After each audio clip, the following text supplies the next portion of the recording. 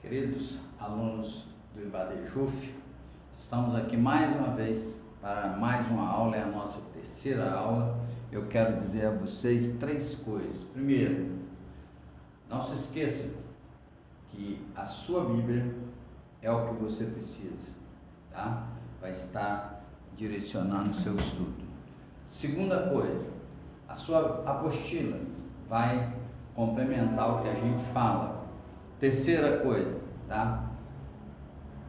Chama o Espírito Santo para estar com você, porque é assim que a gente consegue aprender. Nessa terceira aula, então, deixei essa lâmina aí onde a gente parou, onde a frase última, é da passagem de 2 Pedro 3,18, que diz assim: venha como estás. E aí eu parei isso para te dizer que nós temos que receber as pessoas do jeito que elas são, e a partir daí deixar o agir do Espírito Santo na vida de cada uma delas. Amados, então, vamos continuar com a nossa matéria evangelização ou evangelismo em massa. E nós vamos estar tratando aqui agora, do treinamento dos participantes. Observa bem, Nós temos aqui alguns pontos, mas na sua apostila tem o restante. Primeiro ponto: todos, fala todos, tá? Todos os interessados devem participar de um encontro geral. Por quê? Porque a pessoa, às vezes, ela está interessada, aí ela vai no encontro geral e lá, ou ela anima no seu interesse, ou ela desanima. Então, a princípio, as pessoas também estão interessadas, mas elas interessadas sem ter responsabilidade ou compromisso nenhum. Então, essa reunião é fundamental. Segundo, encontrar interessados objetivos. Agora sim, o que é? Interessados objetivos. Pessoas que estão com vontade, têm objetivo de fazer a obra. Pronto. Terceira, preparar os encontros com ordem e decência. Se vamos fazer um encontro, tem que preparar uma sala, as cadeiras, o som, o retroprojetor, enfim, a gente tem que preparar todas as coisas com ordem e decência, porque para o Senhor é assim que nós temos que fazer. Ensinar, organização, hierarquia e obediência. Amado, isso é fundamental, porque quando a gente ensina, organização, a gente tem que demonstrar a organização. Quando a gente ensina hierarquia, a gente tem que demonstrar que depende de alguém. Hierarquia é isso, obedecer na escala. E obediência, que é fundamental para tudo. Não é sair fazendo o que a gente quer, mas o que realmente é determinado para fazer. Realizar treinamentos pontuais. Então, olha bem, se vai haver evangelismo, treinamentos pontuais, o que é isso? A turma que vai levar a palavra tem um treinamento.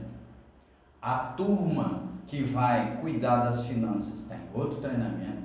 A turma que vai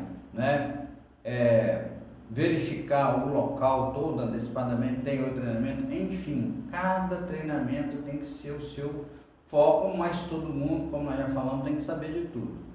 Buscar o comprometimento de todos. Aí, meus amados, eu quero dizer para vocês, se não houver comprometimento na casa do Senhor, nada vai dar certo, nada vai sair, nada vai funcionar. Comprometimento é o que nós precisamos. Tem pessoas que falam: eu tenho vontade, eu quero e tudo, eu estou envolvido, essa palavra então, mas é comprometimento, é estar não só envolvido, mas é estar comprometido. Eu costumo rapidamente contar uma diferença entre envolvido e comprometido, mas eu conto para vocês rapidinho. Por exemplo, a galinha, enquanto ela cede o ovo para nossa alimentação, ela está somente envolvida com o processo de alimentação. Mas a partir do momento que eu olho para a galinha e falo: opa, no macarrão, numa canja com essa galinha vai ficar boa, pronto, ela está comprometida com a alimentação. Deu para vocês fazer uma diferença? Uma coisa é totalmente diferente da outra e nós precisamos aprender isso. Na figura você tem aqui que Jesus, para tudo que ia fazer, ele estava junto com os seus apóstolos. No dia em que ele resolveu subir ao monte, ele estava com todos os seus apóstolos, mas ele chamou somente 3 para subir com ele, né? E nós sabemos que era assim que Jesus ensinava e ele sabia exatamente qual tarefa que ele daria para um ou para outro. Por isso a gente precisa ter esse treinamento. Bom, reflexão. Chegamos na metade do nosso curso, né? Aqui você tem uma figura novamente onde está acontecendo que o batismo você já vai entender por que isso. Primeiro elemento de reflexão. Elementos presentes na sociedade. Quais são as coisas que tem naquela sociedade, naquele lugar aonde nós vamos estar buscando evangelizar? Quais são as coisas que tem pairando pela sociedade de uma forma geral? Para a gente saber como lidar com essas coisas. Quais são os usos e costumes daquela localidade onde a gente vai se propor ali fazer a ação evangelizadora, né? O que as pessoas normalmente fazem por ali, né? Se as pessoas têm alguns costumes bem especial para a gente, quando estiver tratando da palavra, não estar ferindo, né? Tomar esse cuidado. Seitas e heresias. O que acontece naquela localidade, tá certo? Muitas vezes, meus amados, vocês me desculpem, mas eu tenho que falar, ali naquela localidade é pontual a localização de vários centros de macumba, ou né, outros tipos de coisas que existem por ali. Então nós temos que tomar cuidado com isso, tá? Ídolos e esculturas. As pessoas que você vai encontrar, né, tá ali naquela localidade, tem nas suas casas lá os ídolos que eles consideram como certo, eles trazem no peito, né? Eles trazem no pescoço, no brinco, enfim, a gente tem que também tomar cuidado com isso, porque é comum a gente às vezes querer que a pessoa já mude da mesma hora. Não é assim, as coisas são com o tempo. O agir é do Espírito Santo, não é nosso. Hábitos e culturas, irmãos, isso é que é o mais sério. Quais são os hábitos que as pessoas têm ali? É hábito mesmo, até às vezes alimentar, hábito de higiene, hábito de oração.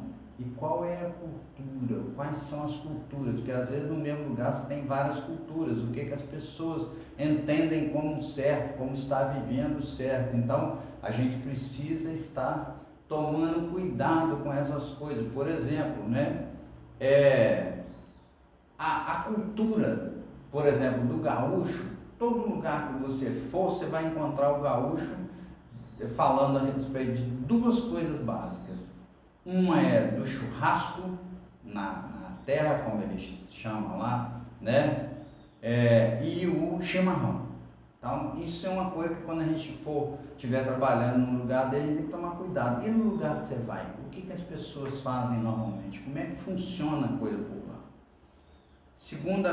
Outra coisa, as discussões não podem ocorrer. Irmãos, não podemos discutir com ninguém. Religião não é para ser discutida, é para ser falada, é para ser ensinada, é para ser professada, né?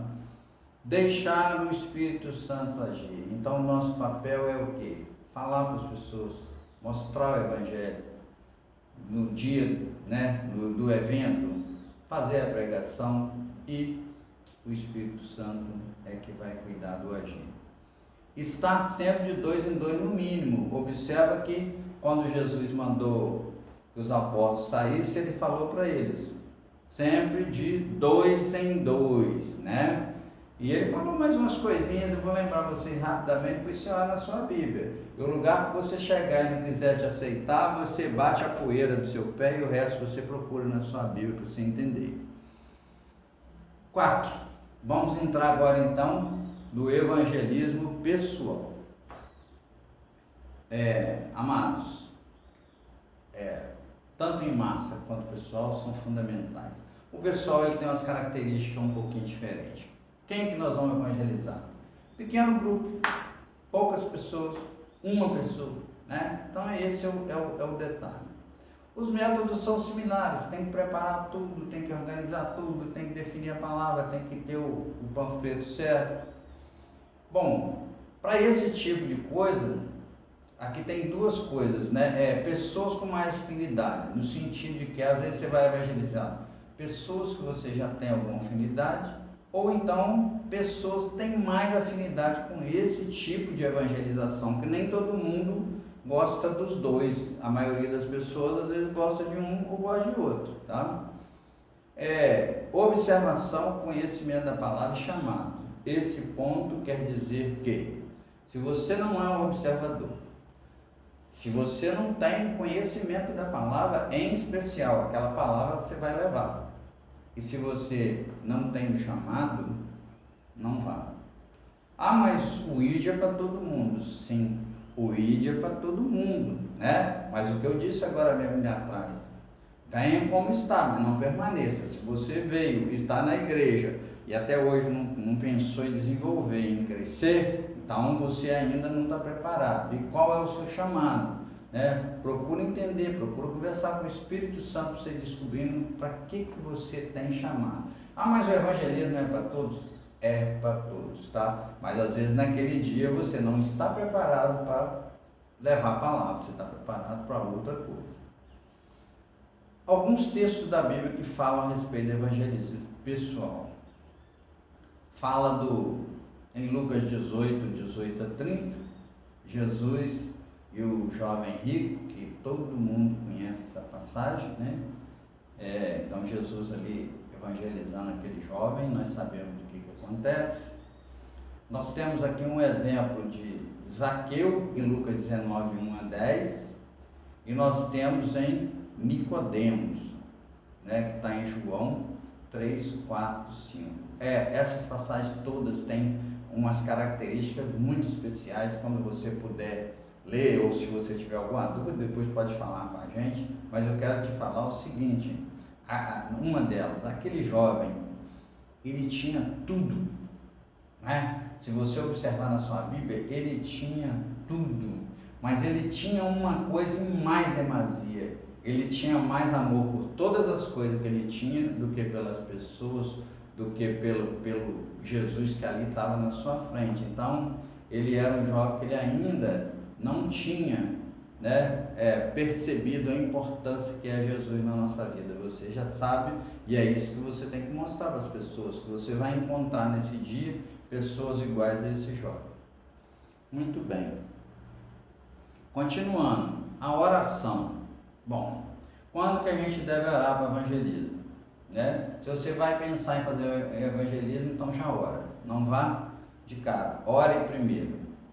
Orar antes de realizar a ação. Orar pedindo direção do Espírito Santo, está lá em Efésios 6:12. Peça ao Espírito Santo que te ilumine para que você possa chegar na pessoa, para que possa as coisas acontecer, ou naquele pequeno grupo, né? O Espírito Santo nos guiará, tá? 8:29, tá certo? O momento certo, o dia certo de fazer aquilo. Lá tem gente que quer fazer tudo atropelado. Não, tudo tem que ser na base da oração. Orar também após a ação, né? Terminou o evangelismo, ora, agradece a Deus pelas coisas que aconteceram ali e pelos livramentos, principalmente, que nós tivemos ali naquele evangelismo, porque muitas vezes as pessoas não entendem. Às vezes você está numa área aí que é uma área de tráfico e o traficante não quer ver ninguém diferente naquele lugar, e de repente todo mundo que ele vê naquele lugar, ele já manda bala. Então tomem cuidado, porque isso é só o Espírito Santo que pode estar nos guiando. Isso, a oração antes, durante e depois é fundamental. Lembre-se, a batalha não é pessoal.